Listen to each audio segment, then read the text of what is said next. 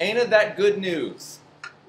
Frederick Douglass, former enslaved person, writes, "The mere hearing of those songs would do more to impress truly spiritual-minded men and women with the soul-crushing and death-dealing character of slavery than the reading of whole volumes of its mere physical cruelties." Douglass characterized the songs as mostly plaintive and asserts that any person who was not moved by those sounds has, quote, "no flesh in their obdurate heart," close quote. Despite the seemingly unstoppable system of slavery, W.E.B. Du Bois believed the spirituals contained a hope for the, quote, "ultimate justice," close quote. He also asserted that, quote, "the Negro folk song, the rhythmic cry of the slave, stands today not simply as the sole American music, but as the most beautiful expression of human experience born this side of the seas," close quote. Thank you for your attendance today. The study came about because of questions that continue to vex me. Can whites sing African American spirituals? If so, how can we walk the holy ground of the spiritual without trampling it? At church, Rain Methodist, we were scheduled to offer Moses Hogan's Elijah Rock just as the pandemic was hitting. One of my choir members told me that she would sit out that Sunday because she felt it was not right for our white choir to sing the spiritual. Due to COVID, we did not have the chance, but I finally found myself with a lot of free time to wrestle with this issue. Because the main consideration is to avoid offending African Americans, I looked for journal articles and books by African American writers, as well as the wisdom of high-profile African American performers and/or African American university scholars, not only in music, but also in the fields of sociology and anthropology. It did not make sense to rely on white scholars or performers to weigh in on what should or should not be offensive. When an article was more than a few years old, I tracked down the authors to see if their opinions had changed. I did not seek sources that would prove my thesis because I didn't have a thesis. What I expected to find were a handful of articles urging whites to steer clear of spirituals. Then I could close that chapter and perhaps honor African American musical contributions in other ways. I have listed all the sources in your handout on the back. If they are deceased, they are listed in chronological order at the top, and if they are still with us, they are listed in alphabetical order below. As I mention a name to save time, you may look at the list to determine the person's dates or credentials if you're not familiar. About nomenclature, when I'm using my own wording, I will refer to African American spirituals as just that or as spirituals. However, I may occasionally say Negro spiritual when quoting, as that term was originally used and is still used. Thankfully, society has moved away from saying slaves. Enslaved people is preferred since it points to injustice perpetrated on a people, not the identity of that people. For the race itself, I will use exclusively African Americans, though the literature from which I draw often uses blacks or even Negroes. There will be several listening opportunities throughout the presentation. During each, please listen as carefully as possible to the singer's vocal production and what, if anything, they are doing with dialect. I would also like to thank Amy Frimmer for being my Zoom co-host as well as my live musical examples. To the Zoom participants, can you hear me? Okay. Thank you for being here, and anytime you think of a question or a comment or a perspective, simply type it into the chat. African American spirituals were intended for group singing, according to James Weldon Johnson, and were probably composed by individuals and edited by the group over time. Johnson also asserts that the work songs were in rhythm with, for example, hammering on rocks or transporting bales of cotton. According to Eileen Southern, the songs were composed in one of three ways, the second way being the most common: to improvise upon an existing song, to combine several old songs to create something, or to compose something completely new. John Wesley Work II says to us that the tunes were mostly based on African melodies, but many of the Protestant hymns enslaved people encountered were also used, according to Randy Jones. That's R-A-N-D-Y-E, female Randy Jones. However, even when the germ was not from African origins, the song, Southern adds, when enslaved people sang the tune with each other, would evolve into characteristic African American folk song.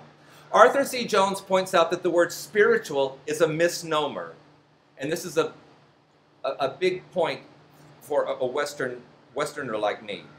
To a person from Africa, all music, even songs to accompany working, were considered spiritual.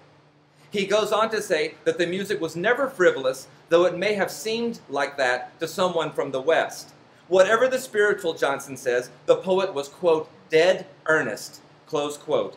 It was just as well, because when every day is tainted by untold emotional and physical trauma, an earnestness was required to meet each moment.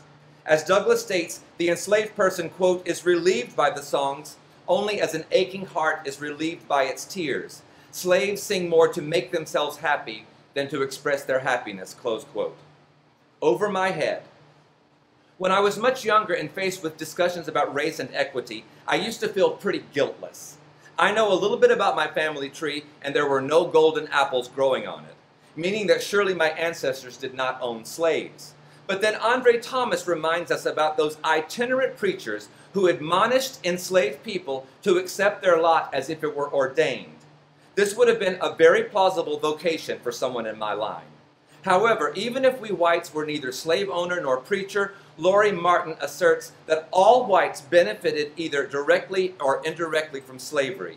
The question today is whether we descendants have any right to sing the music caused by the pain inflicted by the system that our ancestors were in various ways complicit in. These troubling attitudes and misdeeds in our country's past, unfortunately, are not things we've been able to sequester there. Consider the chair of the Orleans Parish Republican Executive Committee, not an anonymous face in a fringe group. I won't speak her name here, but in April of this year, NOLA.com reported that she, in a Facebook rant, said that slavery resulted in, quote, hard-working ethics, close quote, and love and respect, close quote, between some enslaved people and slave owners. In fairness, I cannot find the original post, and she claims that her comments were taken out of context. That may be, but even if she used the words slavery and ethics in the same sentence, I cannot imagine what could have been edifying about her post. This is, of course, an extreme example, but injustice from whites toward African Americans is readily observed if one is paying attention. Returning to the discussion of the antebellum period, also significant was Christianity, which played a very complicated role in the story of the enslaved person. Its misrepresentation was their cunning oppressor. Its true essence, their supreme protector. According to Randy Jones, one specious justification for slavery was to bring the heathen to Christianity. It is not an acceptable excuse, but not a surprising one either when you consider hymns being sung in the antebellum South at that time. The volume I know best is William Walker's Southern Harmony, where one can find several hymns similar to the theme of missionary song, and I quote, "Let the Indian, let the Negro, let the rude barbarian see that divine and glorious conquest once obtained on Calvary." As an aside, it seems like this same collection that belittled them also may have inspired them. If you leaf through Southern Harmony, you will run across references to sin-sick soul, and I don't feel in no ways tired. Different slave owners had different practices regarding enslaved people and religion. Eileen Southern states that some masters allowed enslaved people to worship with them, but segregated, while others might allow the enslaved to have their own, but supervised religious meetings. She continues that for the enslaved who were not allowed to worship, they would meet in secret at midnight or daybreak based on known guards' schedules, and this was called the invisible church. Randy Jones reports that unsupervised religious meetings were forbidden for fear of insurrection. She also confirms that religion was used to keep the enslaved subjugated. I just mentioned the itinerant preachers who would preach, "Slaves, obey your masters." Howard Thurman's grandmother had been a slave. She said that she remembered those preachers using the Pauline letters about slaves obeying the masters, and she said that if she were ever free and learned to read, she would never read that part of the Bible. The joke was on the slave owners. Not only did those preachers bring with them hymnody that inspired some of the songs, but also among the ruin of all the biblical messages intended to keep the slaves in a subjugated frame of mind, Thomas asserts, they instead found heroes in figures like Moses, Joshua, Daniel, and David, and a belief system, Christianity, that would sustain them. The enslaved came to think, Johnson says, that if God can save Daniel and the Hebrew children, then why not them too? Johnson writes, quote, "There was at hand the precise religion for the condition in which the enslaved person found himself thrust.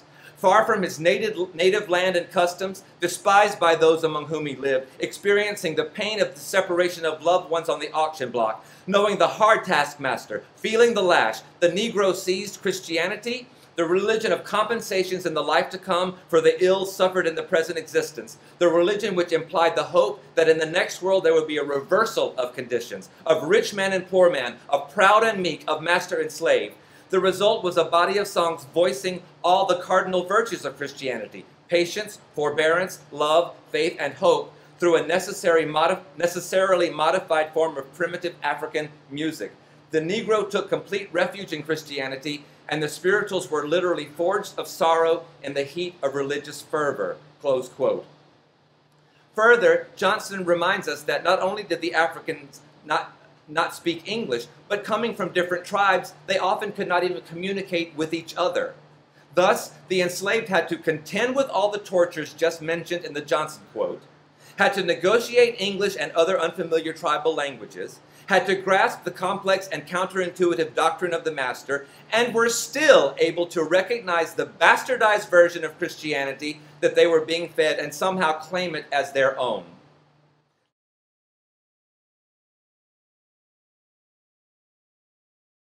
Over my head I hear music in the air. There must be a God somewhere. This is the spirit that Giovanna Joseph celebrates when she sings this spiritual in a recent video and muses about it. What were they hearing? Was it a bird? Something gave that original author an assurance that there was a God, quote, when nothing in their lives gave them any indication that there was any power vested in them. Close quote.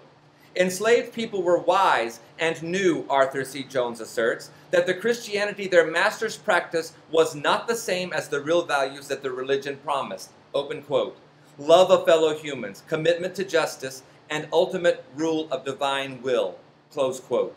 Jones also notes that the enslaved people adapted Christianity to their own traditions, this blending made possible by the continual influx of new enslaved people. Let my people go. A priority was to establish songs that would provide a way to process the trauma enslaved people were facing, Arthur C. Jones asserts, but insists that these songs were not indicative of escapism. Rather, the songs were part of the, quote, communal and spiritual, close quote, power they generated through this verbal and physical expression.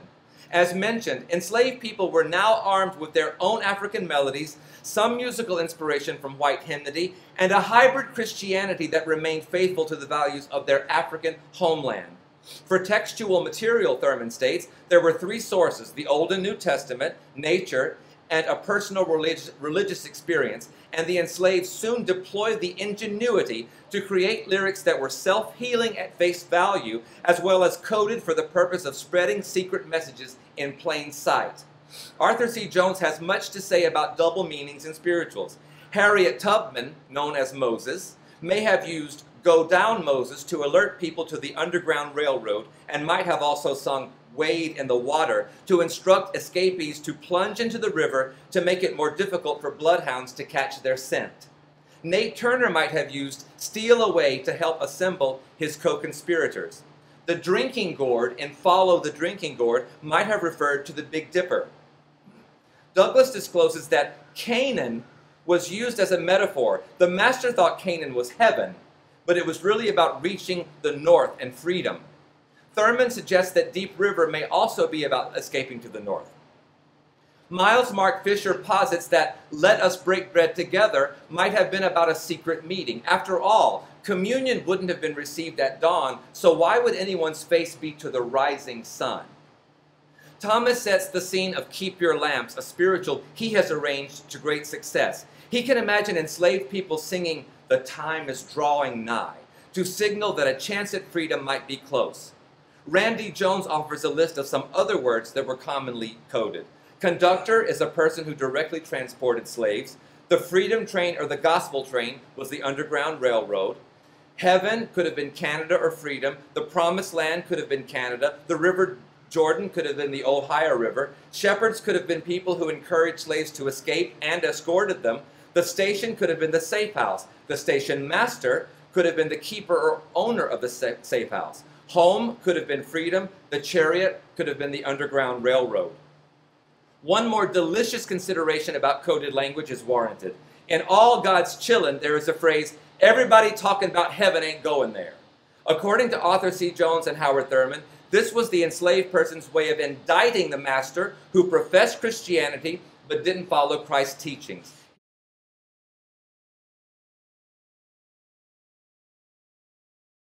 I can tell the world. Though many thought that this sacred sustaining music was to be left behind with slavery, spirituals eventually took the concert hall. The first time spirituals reached beyond the plantations was several years after the Civil War. It was exactly 150 years ago this month that George L. White, a white professor at Fisk University, toured with 9 African American singers to raise money for the school. Rosephany Powell reminds us that these Fisk Jubilee singers did not want to sing the spirituals. Rather, they preferred to sing the classical composers whom they had been studying. Still, White convinced them to bring the old songs to the greater United States, and audiences, according to Randy Jones, having only associated minstrel shows with African American music, were not prepared. The earliest publication of concert spirituals was a choral collection entitled Jubilee Songs as Sung by the Jubilee Singers of Fisk University in 1872. Incidentally, Randy Jones relates that, like those original Jubilee singers, there are still African Americans who believe that spirituals should not be performed regardless of the race of the singer, because those songs belong to the past. She also reveals that others object to the genres being forced into the Western European art song sensibility.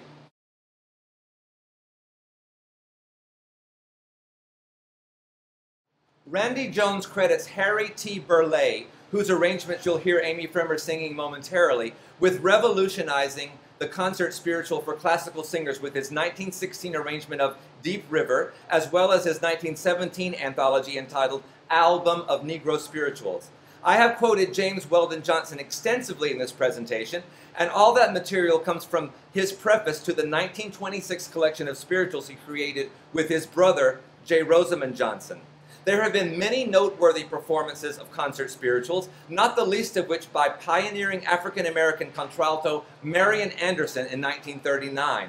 Officials from Howard University arranged a concert for her in Constitution Hall, but that venue was denied her because of her race. First Lady Eleanor Roosevelt intervened and helped secure the Lincoln Memorial for a concert attended by 75,000 people on Easter Sunday, 1939. She closed that concert with a set of spirituals by African American arrangers including Harry T. Burleigh and Florence Price.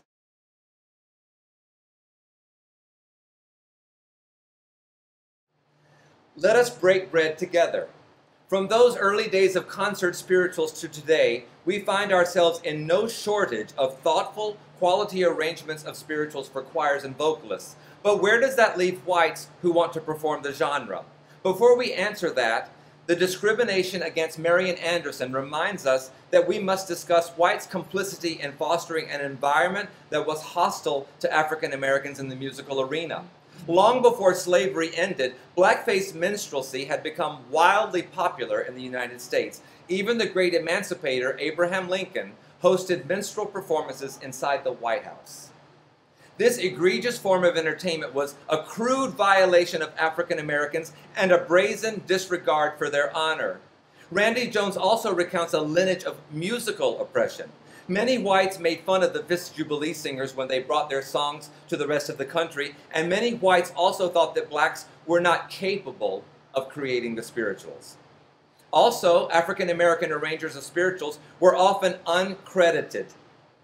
Jones concludes that there is no wonder why African Americans are sometimes suspicious of whites singing spirituals. Incidentally, actually I'm going to save that for a later time. There are also other approaches that damage the genre itself. Johnson has disdain for those who treat spirituals as mere art song or as a curiosity that is exotic. Burleigh warns against treating them as minstrel songs and employing swaying and a supposed vocal imitation. Our own Ray Proctor is not comfortable with, quote, white tourism, close quote, into the experience of the other, and cautions that when a white person sings a spiritual, he or she looks like a person who would have been, quote, at the other end of the whipping lash, close quote. Lauren Plant, who I'm so honored is on our Zoom today, is saddened by spirituals as background music, and that kumbaya has come to be a symbol of vapid sentimentality when that is exactly the opposite of what it is. He also warns that when mishandled, a thoughtless spiritual performance can have the same characteristics of blackface minstrelsy. He quotes, stereotypes, falsehoods, irreverence, racism, and appropriation. Everything a growing white supremacist feeds on. Everything that fosters distrust between our diverse people, close quote. These bad dealings in the music industry and insensitive attitudes toward the spiritual and its performance are why we whites must approach this music with clean hands. What does that mean? Well, we must educate ourselves and audiences about the background information similar to what I've shared already, and we have to ask ourselves why we want to sing the spirituals. Early in my career, I don't remember a lot of context in program notes when spirituals were performed. As a singer or conductor, if I wanted to program a spiritual, I didn't give it a second thought. Why were spirituals considered, for lack of a better word, so cool? Why were and are they so appealing? Our scholars have already told us that spirituals were earnest, never frivolous, even when seemingly lighthearted. I believe the universal allure with spirituals is that every single one of them contains unblemished integrity and gravitas.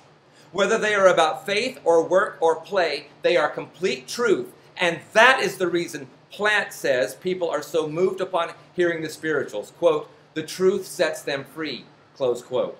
In any case, there are misconceptions around whites and their connections to spirituals. Randy Jones states that there are people who believe that whites should avoid spirituals because they're not endowed with the right voice to execute them properly. Others would argue that whites do not have the authority to sing of the pain that they cannot possibly identify with and that their own ancestors might have caused. However, Jeff Stone says that buying into the myth that we cannot show empathy causes inaction, and inaction is worse than racism. I once asked Rosephanie Powell, but what about the sorrow songs like Nobody Knows the Trouble I've Seen? She offered, everybody has trouble, not just black people.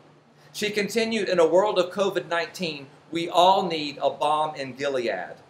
Indeed, while preparing this presentation, I found a chorus of voices such as Gary Packwood, our own Courtney Bryan, Andre Thomas, Joyce Jackson, and Emery Stevens, who were inviting us to sing these songs as long as we approach them with the right frame of mind and heart.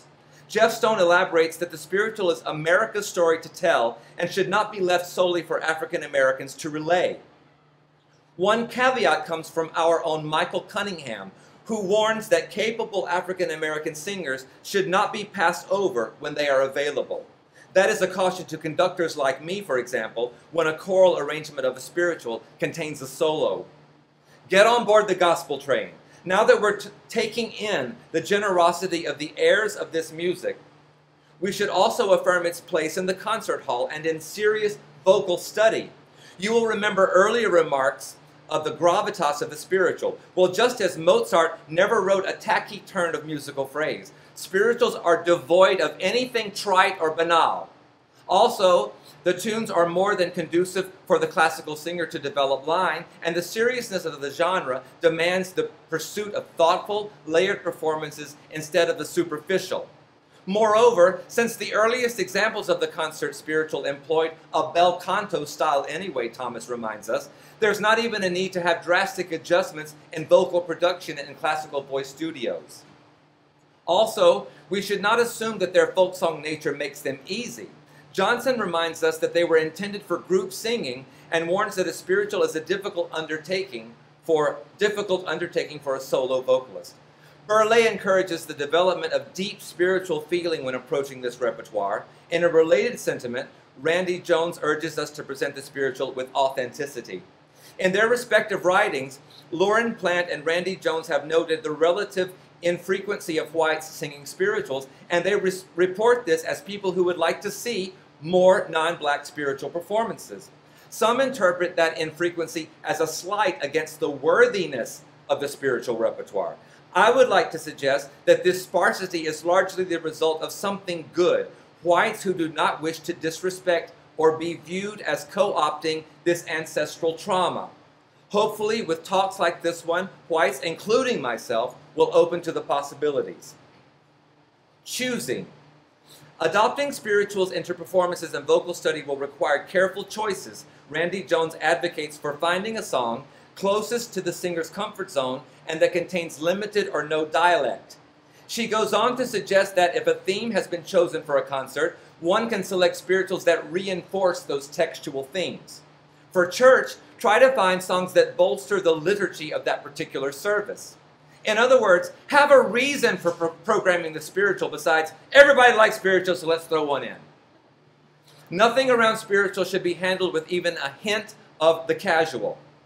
Also, there are many spiritual arrangements that I do not like because they do not imbue the spiritual with that earnestness that I keep talking about. Of course, this is very subjective, so singers must make their own choices about the quality of the arrangement. Contextualizing. Teachers must set an example for students. In a voice studio, the instructor may elicit a discussion about the spiritual and then require the pupil to do more deep research about the kind of background I have detailed already. The lines of communication should remain open as to the student's comfort level in singing the spiritual, and the teacher should not force the issue if the student is not ready yet. One way to assuage any hesitance is for white voice teachers to begin programming spirituals in their own concerts. Choral conductors should spend a significant amount of time framing for the choir the genre and the spiritual to be performed. Further, the conductor should make sure that the spiritual is fully integrated thematically into the concert and that it can belong anywhere in the program, not just as a big finish. Congregations and audiences must be educated as well. For church offerings, many fellowships enjoy brief statements in the bulletin. The same should be accomplished in a concert program where even greater detail can be offered. There are many proponents of using, quote, slave narratives, close quote, to contextualize. For example, if Deep River is to be performed, find a slave narrative that can be published in the program that is a first-hand account of an attempt to cross a river to freedom. Lauren Plant has done a great amount of work on pairing narratives with spirituals. Hearing first-hand accounts will surely begin to snap us and our audiences out of our often desensitized posture towards slavery and racial injustice, and sitting with the discomfort of those horrors may really impress upon us how hard African Americans have had to work then right up to this moment. How to perform. Plant also gives a great list of how to best incorporate the genre in performance, including respecting the spiritual's history, researching deep within the text for the appropriate performance attitude, listening to spiritual recordings by leading African American singers to observe their style, which we're doing, consult library collections for their resources, hiring African American artists to give workshop on the style, and to read several slave narrative accounts. In practicalities of performance, Andre Thomas stresses that the tone quality must be honest and that it can be altered throughout the piece in accordance with the text. Valerie Harris insists that the singer should keep the performance to what is on the page and not presume to add other elements. Burleigh writes about the importance of rhythm. Related to rhythm, a general custom when performing spirituals is to not vary the tempo except at big cadences, and not to rush. Rather, let the spiritual find a groove, especially in the quicker choral spirituals that contain driving rhythmic ostinatos. For example, in the fast sections of Hogan's Elijah Rock, make speeding up almost inevitable unless everyone is mindful to keep the tempo steady. Randy Jones suggests performing for friendly audiences at first and letting the voice and lyrics tell the story, just like any other piece. Dialect.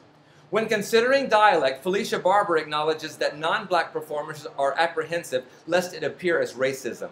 Randy Jones informs us that there is no authentic dialect, as enslaved people from different parts of the South would have sounded different. She adds that dialect must be incorporated to the degree that it does not impede technique or interpretation, regardless of the race or ethnicity of the singer. Emery Stevens, an African-American vocalist, is from Boston and had to teach himself how to find the dialect. So this is not only a consideration for whites. He adds that dialect should not be overdone. Andre Thomas compares decisions about dialect to eating steaks. You can have a steak with just a little salt and pepper or a heavy marinade. They're both steaks. Jeff Stone warns against imitating a stereotypical sound.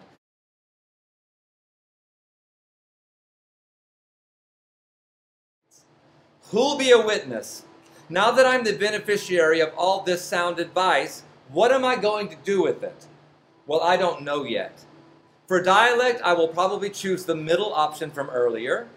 In my choice of songs, I doubt you will ever hear me singing one of the sorrow songs like Nobody Knows or Motherless Child, especially knowing the blood-chilling practice of children being taken from their mothers during slavery.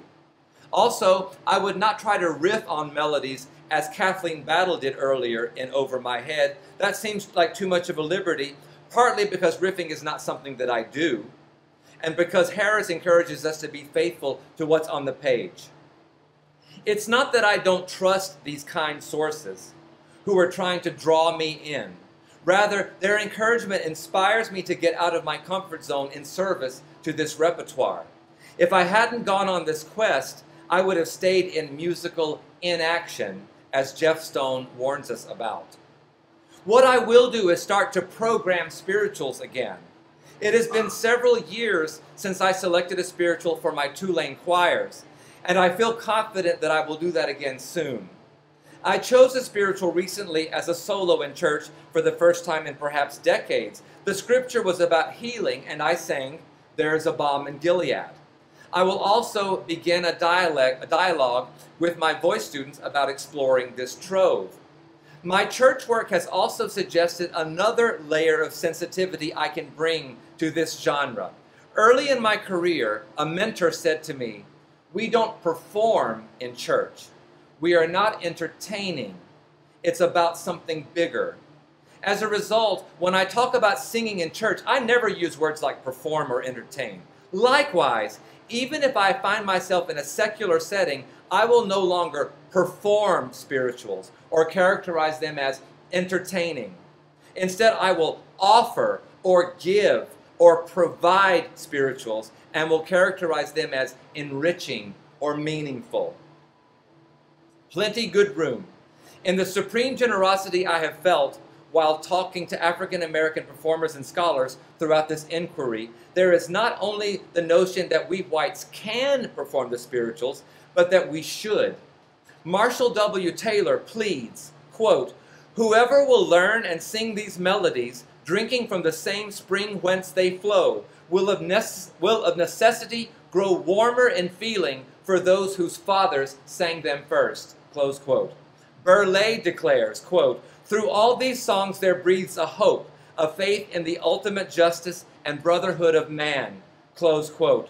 Lauren Plant is extremely eloquent on the matter, and I encourage you to look up his publications. He proclaims, quote, "Through these songs come illumination, enlightenment, our highest educational and cultural values, a first-person witness into America's darkest chapters of death, torture, rape, child abuse, lynching, breaking families apart, using religion as a weapon, chattel, trafficking human beings, white supremacy, and racism. A virtual litany challenging all of our founding national tenets of a pluribus unum, our narrative of all men are created equal, equal justice under the law, life, liberty, the pursuit of happiness. The national matter continues to be unsettled until all people, including white people, understand and share those sentiments, especially in humbly singing this music." There is not much left to say after that. I am a white man with blind spots, and an unexpected benefit in preparing this presentation is the meta examples that came out of it. The reason why New Orleans' own Edward Boatner is not credited in my program for Trampling with Marian Anderson is that it took a deep dive to discover who arranged the spirituals for Anderson's Lincoln Memorial concert. Or did it? While many sources say she sang 3 spirituals, Once I really started looking, I was able to find Boatner's name rather quickly, but not before I had sent my programs to print. Why didn't I try harder? Also, my piano skills are not what I would have wanted for today, to be honest. Earlier, I was putting spirituals on a par with Mozart. If this were a presentation on Mozart, would I have practiced more? These are questions I have to ask myself as I'm preaching to you. In any case, I hope I have presented a balanced and nuanced look at this sensitive issue. Finally, there is so much good information about spirituals. If I had to recommend one book, it would be Randy Jones's exhaustive 2019 publication, So You Want to Sing Spirituals, A Guide to Performers, published by Nats, that I first heard about from Laurie Phillips. That's the National Association of Teachers of Singing. I'd love to hear your feedback or further ideas. The gracious invitation to embrace the spiritual has been heard and received. All I have to do, as my grandmother would say, is not wear out my welcome. Thank you.